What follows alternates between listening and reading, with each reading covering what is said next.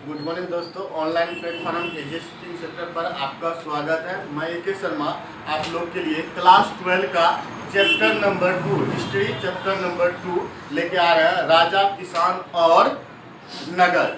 इसमें से पहला पार्ट हम लोग पढ़ चुके हैं, आज दूसरा पार्ट करने जा रहे हैं। पहला पार्ट में हम लोग हर्यक वंश के बारे में समझ चुके थे, वैदिक सभ्यता समझ चुके थे। आज हम लोग देखेंगे शिशुनाग वंश के बारे में, छोटा छोटा चीज है, थोड़ा थोड़ा पार करके हम लोग लिख लेंगे। तो इसमें देखते हैं कि जैसे हर्यक वंश समाप्त हुआ था, उसके बाद आपका कौन सा वंश आ गया था, तो शिशुनाग वंश आ गया था।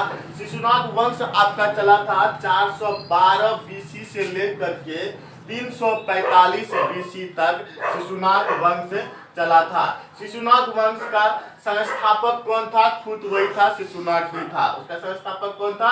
शिशुनाग। शिशुनाग वंश का संस्थापक कौन था?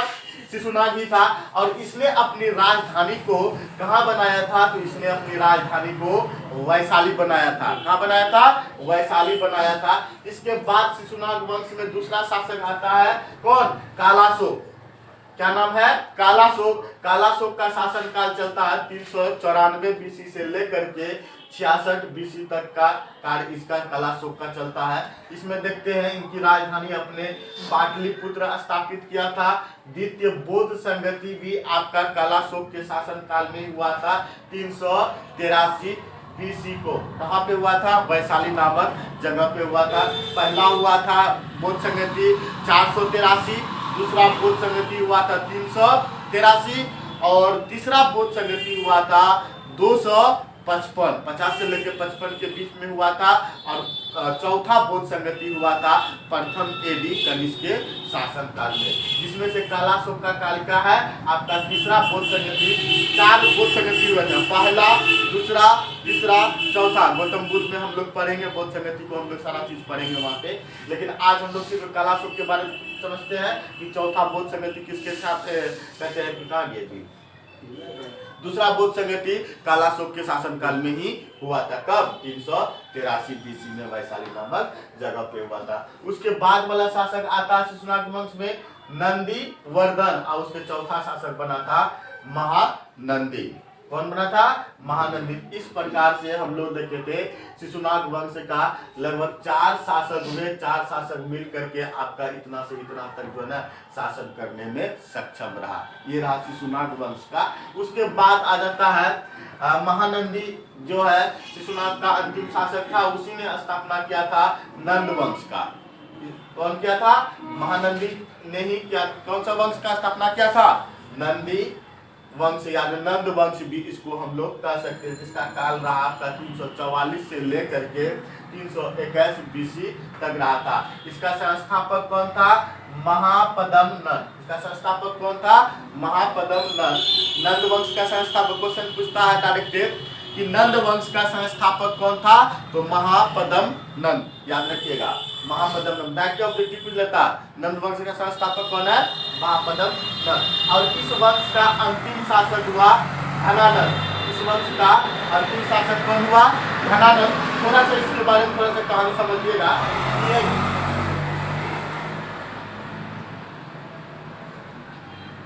घनानंद के बारे में समझिएगा कि क्या किया था। घनानंद जो है ना, घनानंद के दरबार में जो है ना कौन रहते थे? ये रहते थे चाणक्य। चाणक्य के बारे में समझते होंगे, सब सुने होंगे चाणक्य, न तो जरूर बोलते हैं चाणक्य नीति जो है हमारे साथ मत लाइए। चाणक्य बड़ी विद्वान व्यक्ति था, और ये विद्वान व्यक्ति किसके शासन किसके दरबार में रहते थे? तो घनानंद के दरबार में रहते थे। एक दिन का घनानंद राजा था और एक अक्रूर टाइप का राजा था, और कहते चाणक्य का जो है ना रिस्पेक्ट नहीं करता था। कुछ बात हो गया था, चाणक्य को लात मार करके अपने दरबार से भगा दिया था। अब चाणक्य सबसे बुद्धिमान था, और एक बुद्धिमान बुद्धिजीवी व्यक्ति को अपने दरबार से अगर लात मार करके भगाइएगा ना तो आपका जो है खटिया खड़ा कर देगा। वही हुआ। चाणक्य घनानंद के दरबार में जब तक था तो घनानंद अच्छा खासा उसका सम्राट चल रहा था।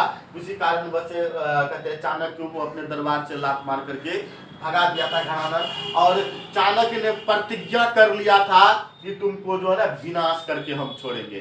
किसी अरे गरे रास्ते चलते खैरे को जो है ना हम क्या बना देंगे? राजा बना देंगे तो आज तुमको हम बर्बाद करेंगे, तुमको एक से लड़वा करके जो ना खत्म कर देंगे। किसी ऐरा गैरा रास्ता चलता है, राह चलते हुए व्यक्ति को जो ना मेरे पास इतना एबिलिटी है, इतना बुद्धि है कि उनको हम साम्राज्य में राजा बना देंगे, इतना बुद्धि देंगे और तुम्हारा गद्दी पर हम उसको बैठा सकते हैं। इतना चाणक्य के पास इतना बुद्धि था। वही हुआ, चाणक्य निकला, रास्ते में जंगल में निकलते हुए एक व्यक्ति मिल गया जिसका नाम था चंद्रगुप्त मौर्य। इसका नाम क्या था? चंद्रगुप्त मौर्य। चंद्रगुप्त मौर्य कोई नहीं था, सिंपल आदमी था, जंगल में भटकता हुआ इंसान था। आज के डेट में चंद्रगुप्त मौर्य राजाओं में सबसे शक्तिशाली राजाओं में से गिनती चंद्रगुप्त मौर्य जाना जाता है। और क्वेश्चन पूछा है मौर्य वंश का संस्थापक कौन है? क्लास 12 में इस बार पूछा है मौर्य वंश के संस्थापक कौन था? तो चंद्रगुप्त मौर्य। यहीं से क्वेश्चन पूछा आपका क्लास 12 में। देखिए एक कंटेंट कहाँ से क्वेश्चन पूछता है पता नहीं चल रहा हम लोग को। ये जो पढ़ाते हैं ना यहीं से क्वेश्चन पूछता है। बच्चा कहता है कि पढ़ता नहीं इसको सही तरीका से, क्योंकि इसमें दुनिया भर का भरा भरा क्वेश्चन ऑब्जेक्टिव भरा पड़ा है। तो हम दिखा देते हैं यहाँ से क्वेश्चन पूछा था मौर्य वंश के संस्थापक कौन था? चंद्रगुप्त मौर्य। यहीं से क्वेश्चन पूछा था और यही चाणक्य ने चंद्रगुप्त मौर्य के बारे में बताया जा रहा है, मतलब एग्जैक्ट जानकारी नहीं है। कहता है कि छोटे जाति से था, ST/SC था, लेकिन हम इसको कुछ नहीं मानते। सीधा जानिए कि राह चलते हुए एक व्यक्ति को, भिखारी व्यक्ति को भी जो है ना इसने क्या किया, चाणक्य जो है राजा बना दिया। और चाणक्य इसको राजा बनाकर इतना शक्तिशाली बना दिया और इसके खिलाफ जो है धनानंद के खिलाफ लड़वा दिया और धनानंद को परास्त करके मरवा दिया। और उसके गद्दी पर जो है ना नंद वंश की गद्दी पर कौन बैठ गया? चंद्रगुप्त मौर्य बैठ गया। और उस समय से इस शासक का नाम पड़ गया मौर्य वंश का नाम पड़ गया। क्या पड़ गया? मौर्य वंश का नाम पड़ गया। और ये साथ कौन दिया था? चंद्रगुप्त मौर्य का साथ कौन दिया था? ऑब्जेक्टिव पूछ सकता है कि धनानंद को हराने में चंद्रगुप्त मौर्य को साथ किसने दिया था? तो चाणक्य ने दिया था। चाणक्य कौन था? एक विद्वान व्यक्ति था। चाणक्य को किसने दरबार से भगाया था? तो धनानंद ने भगाया था। दुनिया भर का क्वेश्चन बनता है, एकदम दिमाग में सीट रखिएगा सब क्वेश्चन। आगे देखते हैं, आ जाता है अब मौर्य वंश स्टार्ट। मौर्य वंश में पहला शासक कौन होता है? चंद्रगुप्त मौर्य आता है। ज्यादा हम लोग विस्तार नहीं करते, उतना पढ़ेंगे नहीं, आगे हम लोग को मौर्य के बारे में पढ़ना है ही, इसीलिए हम लोग यहाँ छोटा छोटा लेकर के निकलते हैं। आगे विस्तार से पढ़ना है, मौर्य वंश के बारे में पढ़ना है। तो चंद्रगुप्त मौर्य कितना वर्ष तक शासन किया था? इस वंश में शासन में 24 वर्ष तक। याद कीजिए, याद रखिएगा कि चंद्रगुप्त मौर्य जो है ना मौर्य वंश में कितना वर्ष तक शासन किया था? तो 24 वर्ष तक शासन किया था। उसके बाद आया था मौर्य वंश के बाद आया था कौन शासक में? बिंदुसार। बिंदुसार ने भी कितना वर्ष तक शासन किया था? तो 28 वर्ष तक शासन किया था। उसके बाद आता है राजाओं में से प्रियदर्शी, जिसको कि प्रियदर्शी के नाम से अशोक को जाना, शायद ये भी क्वेश्चन पूछा था। प्रियदर्शी के नाम से किसे जाना जाता है? अशोक को। अशोक से भी क्वेश्चन पूछा था। कलिंग युद्ध सब इन्हीं के में तो है, हम लोग सारा विस्तार में पढ़ेंगे। तो अशोक कितने वर्ष तक शासन किया था? 38 वर्ष तक इसने कहते हैं किस वंश में? मौर्य वंश में शासन किया था। इस प्रकार इसका अंतिम शासक हुआ था कौन? वीर्यद्रथ। मौर्य वंश का अंतिम शासक कौन था? वीर्यद्रथ था। वीर्यद्रथ मौर्य वंश को पुष्यमित्र शुंग ने मार करके शुंग वंश का स्थापना कर दिया।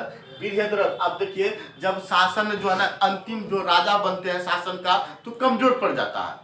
जो अंतिम बनेगा, मुगल साम्राज्य में देखते क्वेश्चन पूछा था इस बार कि मुगल कहते साम्राज्य का अंतिम शासक कौन था? ये क्वेश्चन पूछा इस बार क्लास 12 में। तो बहादुर शाह जफर या बहादुर शाह द्वितीय जिसको कहते हैं, तो वो पूछा था। उसी प्रकार से क्वेश्चन एक बन जाता है अंतिम क्वेश्चन। फर्स्ट क्वेश्चन अंतिम क्वेश्चन ज्यादा इंपोर्टेंट हो जाता है। तो मौर्य वंश का अंतिम शासक कौन हुआ था? वीर्यद्रथ। जिस प्रकार नंद वंश का अंतिम शासन कौन हुआ था? घनानंद हुआ था। उसी प्रकार से हम लोग बात करेंगे मौर्य वंश का अंतिम शासक कौन हुआ था? वीर्यद्रथ। अब वीर्यद्रथ कमजोर पड़ गया था, शासक का अंतिम आ गया था। अब वीर्यद्रथ को हत्या करके किसने हत्या किया था? पुष्यमित्र शुंग ने हत्या किया था। इसीलिए इसका टाइटल में लगा हुआ है शुंग। वीर्यद्रथ का हत्या करके पुष्यमित्र शुंग ने हत्या किया था, इसीलिए इस शासक का नाम क्या पड़ गया था? शुंग वंश। अगला शासक कौन हो जाता? शुंग वंश हो जाता। इस प्रकार से आज हम लोग यहीं तक छोड़ते हैं। और अच्छा लगे लाइक शेयर और कमेंट जरूर कीजिएगा। ठीक।